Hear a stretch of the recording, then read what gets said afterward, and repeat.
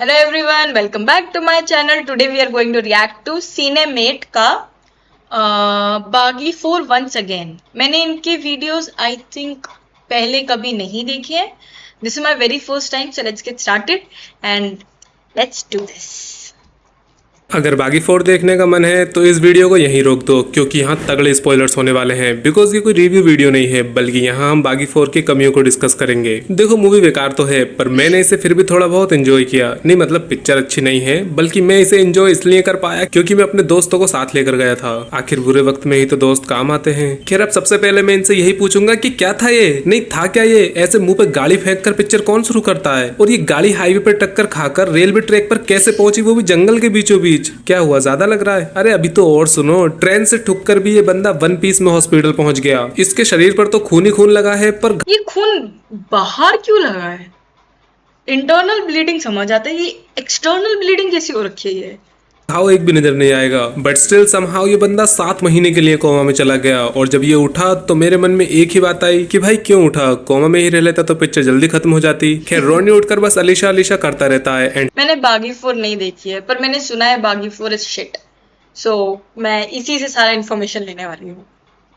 हर कोई उससे कहता है कि अलीशा नाम की तो कोई लड़की एग्जिस्ट ही नहीं करती. ये तो बस तेरे मन का वहम है क्योंकि अगले को हेल्यूसिनेशन की दिक्कत भी है. अब एक इतना पावरफुल आदमी जो रोनी को हेल्यूसिनेट करवा दे, उसके भाई से झूठ बुलवा दे, रातों रात कब्र ही बदलवा दे और सीसीटीवी कैमरे में से अलीशा की फुटेज तक एडिट करवा दे, वो बंदा एक पेंटिंग को कैसे डिस्ट्रॉय करेगा. अगर कागज या लकड़ी पर पेंटिंग बनी है तो जलाकर, एंड अगर कॉन्क्रीट पर बनी है तो तोड़कर या फिर उस पर दोबारा से पेंट करा के, है ना. नहीं ये तो तुमने समझदारी वाली बातें कर दी. इनके लेवल पर पहुंचना है ना तो थोड़ा जाहिलों की तरह सोचना पड़ेगा क्योंकि उस पेंटिंग को बस हाइड कर देते हैं हल्की सी सीमेंट की चादर बनाकर जो कि एक हथौड़े में ही टूट गई. बाय द वे ये घर पूरा जला हुआ है तो ये पेंटिंग सही सलामत कैसे बच गई.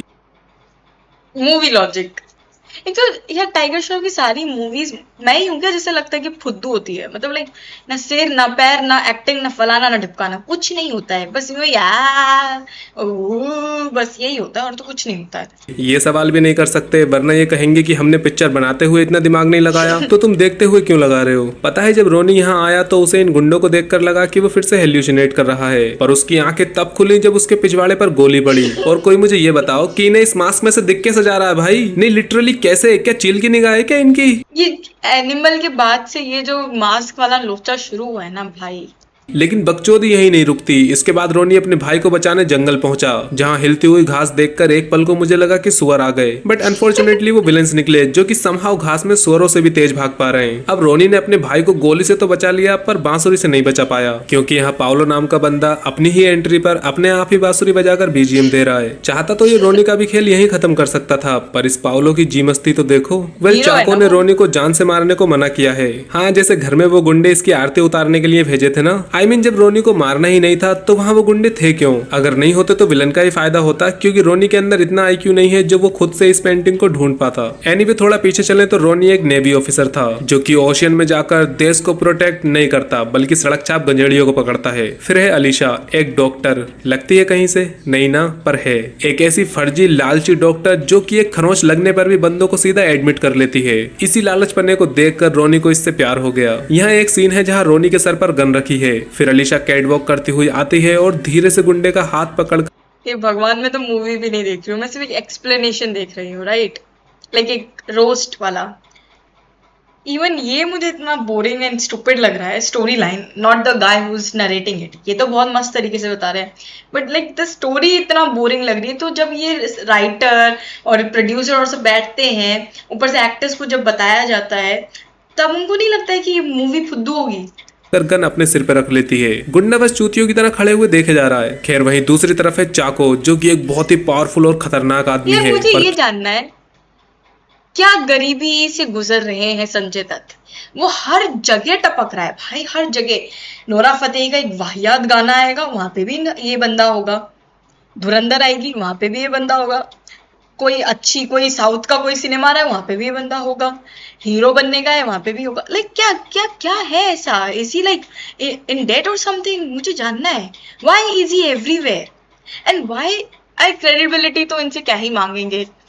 बट स्टिल भाई क्या चल रहा है, क्या दिक्कत क्या है क्यों है, इनकी? कैसे बना, काम क्या करता है, वो कुछ नहीं बताया, वो अपने हिसाब से सोच लो। एंड अगर इस उम्मीद में हो कि ये रातों रात कब्र कैसे बदल देता है, सीसीटीवी में से अलीशा की फुटेज एडिट कैसे करा देता है, उसकी कोई एक्सप्लेनेशन होगी तो नहीं, कोई एक्सप्लेनेशन नहीं है, क्योंकि उसमें दिमाग लगाना पड़ता ना, और इतना खतरनाक काम ये कर नहीं सकते थे। बहरहाल चाको की एक बंदी थी अवंतिका, जो कि सेम डिट्टो अलीशा की फोटोकॉपी थी, पर शादी के दिन ही उसका गेम बच गया और चाको बेचारा रंडवा ही रह गया। तो अब वो करेगा arrange marriage, also known as दूसरे की बंदी से शादी, और इस केस में वो बंदी है अलीशा। अब कोई अपने होने वाली बीवी को कैसे किडनैप करेगा? ऑब्वियसली ट्रक से टक्कर लगवाकर, चाहे उसकी हड्डी पसली टूट जाए। मैंने बोला ना, इनकी सोच बहुत अगर वो मर जाती तो? एडवांस है। अगर हमें इनके लेवल पर सोचना है तो थोड़ा जाहिलों की तरह सोचना पड़ेगा। बैक टू द प्रेजेंट, जहां रोनी और पाओलो की झड़प हो गई, पर रोनी उसे मार नहीं पाया तो उसने सेकंड बेस्ट ऑप्शन चुना, पाओलो का फोन चुरा लिया उसने। नहीं मतलब एक दो दिन की दिहाड़ी तो निकलनी ही चाहिए ना इंसान की। अब देखो पाओलो जैसा गैंगस्टर आदमी कोई पागल थोड़ी है जो अपने फोन में लॉक लगाएगा, है ना? वो तो समझदार है ना, इसीलिए उसका फोन अनलॉक ही था। फिर उस फोन पर ओलिविया की कॉल्स देखकर रोनी उससे मिलने पहुंचा, जहां एक लल्लू ने इन पर गोली भी चलाई, पर बस एक ही चलाई। दो चार और चलाता तो शायद ये दोनों वहीं टपक जाते, पर नहीं, वो तो उल्टा भागकर किचन में छुप गया, जहां बावर्ची भी इन्हीं के आदमी निकले। अब जब बावर्ची भी चाको के ही आदमी हैं, ये तो ओलिविया खाने में कौन जहर सी? मिला के भी तो दे सकते थे इन्हें। चलो जहर नहीं तो कम से कम जमाल घोटा ही मिला देते। स्क्रीन पे तो हगी रहो, थोड़ा पिक्चर में भी हग लेते तो क्या हो जाता। खैर फिर हकते हकते आई मीन मरते मरते ओलिविया ने बताया कि अलीशा जिंदा है। हाँ, और वो चाको के साथ शर्त शर्त खेल रही है कि अगर रोनी एक साल में उसे भूल गया तो वो चाको से ही शादी कर लेगी। फिर उसने चाको से बोला कि उसे रोनी से मिलना है। This is a legit story line of this movie. My God man. और उसने मिलवा भी दिया। नहीं, अगर ये चीज पॉसिबल थी तो पहले क्यों नहीं की? पर रोनी से मिलने के बाद अलीशा चाको से शादी के लिए मान गई, तो इन्होंने रोनी को टॉर्चर करना स्टार्ट कर दिया। पर फिर वहां फाइट स्टार्ट हो गई। चाहता तो ये टॉर्चर होने से पहले ही उन्हें पीट सकता था, पर इस रोनी की जी मस्ती तो देखो। इसके बाद जो रोनी ने फाइट की है, सच बता रहा हूँ, गुंडों से कम लॉजिक से ज्यादा लड़ा है वो। लेकिन बकचोदी यहाँ भी नहीं रुकी, क्योंकि ये चाको की शादी में घुस गया, जहाँ सारे बंदे मिलकर रोनी को लपेटने लगे। पहले तो वो ये क्या खाली चल हाथ थे, रहा है? फिर अचानक से उन्होंने कुल्हाड़ियां निकाल ली, पता नहीं कौन से गोदाम में छुपा कर रखी थी। और भाई साहब बहुत गहरे गोदाम में। इसके एक्शंस, मतलब रोनी एक एक करके सबको पीटेगा, लेकिन सब गुंडे एक साथ मिलके नहीं मारेंगे इसे। फिर एक बात चाको के आदमी की मुझे ये अच्छी लगी कि वो रोनी को बिना परमिशन टच नहीं करते। मतलब जब वो एक दो बंदों से लड़ रहा है तब बाकी के लोग पीछे ऐसे हाथ पैर तो हिलाते रहेंगे, पर बिना परमिशन के टच नहीं करेंगे, जिससे पता लगता है कि उनके अंदर अच्छे मैनर्स हैं एंड माहौल काफी पारिवारिक हो जाता है। लेकिन भाई साहब रोनी के एक्शन सीन्स इतने ब्रूटल है ना कि एनिमल और मार्को का तो मुंह निकल जाए इसके सामने। मतलब जब रोनी मारने पे आता है ना तो खून की पिचकारियां तो ऐसे निकलती हैं जैसे दस्त की पिचकारियां हों, बस रंग थोड़ा अलग है। खैर फाइनल फाइट में चाको ये बीच बीच में ब्लड का कलर ऑरेंज क्यों होता जा रहा है? रोनी का फाइटिंग स्टाइल थोड़ा अलग था। यहाँ वो लड़ कम रहे थे और चीख ज्यादा रहे थे, पर चाको के मुंह में चौको था तो वो ज्यादा नहीं चीख पाया और फिर से रंडुआ होके मर गया। बस फिर एक हैप्पी एंडिंग गाने के साथ। और भाई इसके गाने हर 5-10 मिनट में गाना। एक टाइम पे तो ऐसी दहशत सी हो गई थी कि यार अब गाना ना आ जाए। कम से कम एक वार्निंग तो देनी चाहिए थी ना इन्हें कि खून खराबा देखने तो आए हो, पर खून तुम्हारे कानों से भी निकल सकता है। खैर इससे ज्यादा मैं इस पिक्चर के बारे में और बात नहीं कर सकता। और हाँ, टाइगर के अंदर काफी पोटेंशियल है, बस उसको सही से यूटिलाइज नहीं किया जा रहा। अब टाइगर का करियर ऐसे गिरता क्यों जा रहा है और उसको ठीक कैसे किया जाए, वो सब में Guys, if you want me to react to his other channel, other videos as well, make sure to like, comment and share, and comment especially, and subscribe to my channel, and also subscribe to his channel Cinemate. मैंने इनका पहली बार ये video देखा है। I really liked him, the way he narrate the video and everything.